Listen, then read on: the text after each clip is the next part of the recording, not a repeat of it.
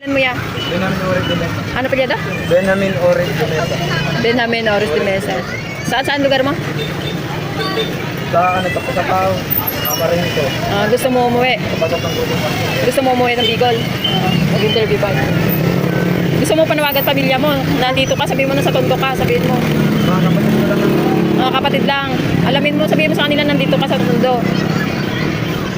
Gusto mo na ano, kunin kanila. Baka nag-alala na sila na kung saan ka. Ha? Mahirap lang sila. Mahirap. Eh, malay mo kung doon.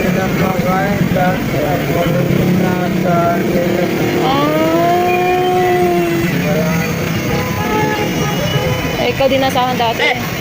Kaya na lang to. Football. Hindi, mas maganda doon buhay doon. At least hindi ka Ba? mahirap din doon. Na. Sa inyo, sa probinsya nyo. Oo, mahirap lang. Pero gusto mo rin umuwi, no?